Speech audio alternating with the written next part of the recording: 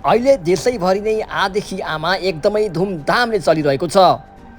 पल्साको यो फिल्मले दर्शकहरूलाई एकदमै रुवाइरहेको छ।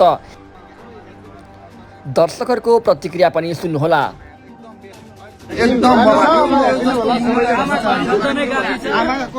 आमाको बयानै गर्न मिल्दैन।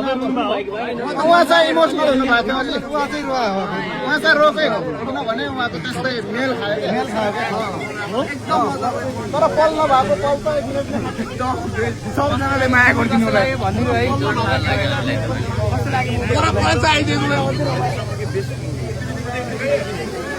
कस्तो लाग्यो मुभी? कस्तो लाग्यो?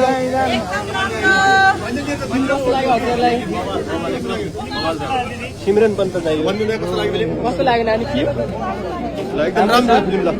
कस्तो लाग्यो मुभी?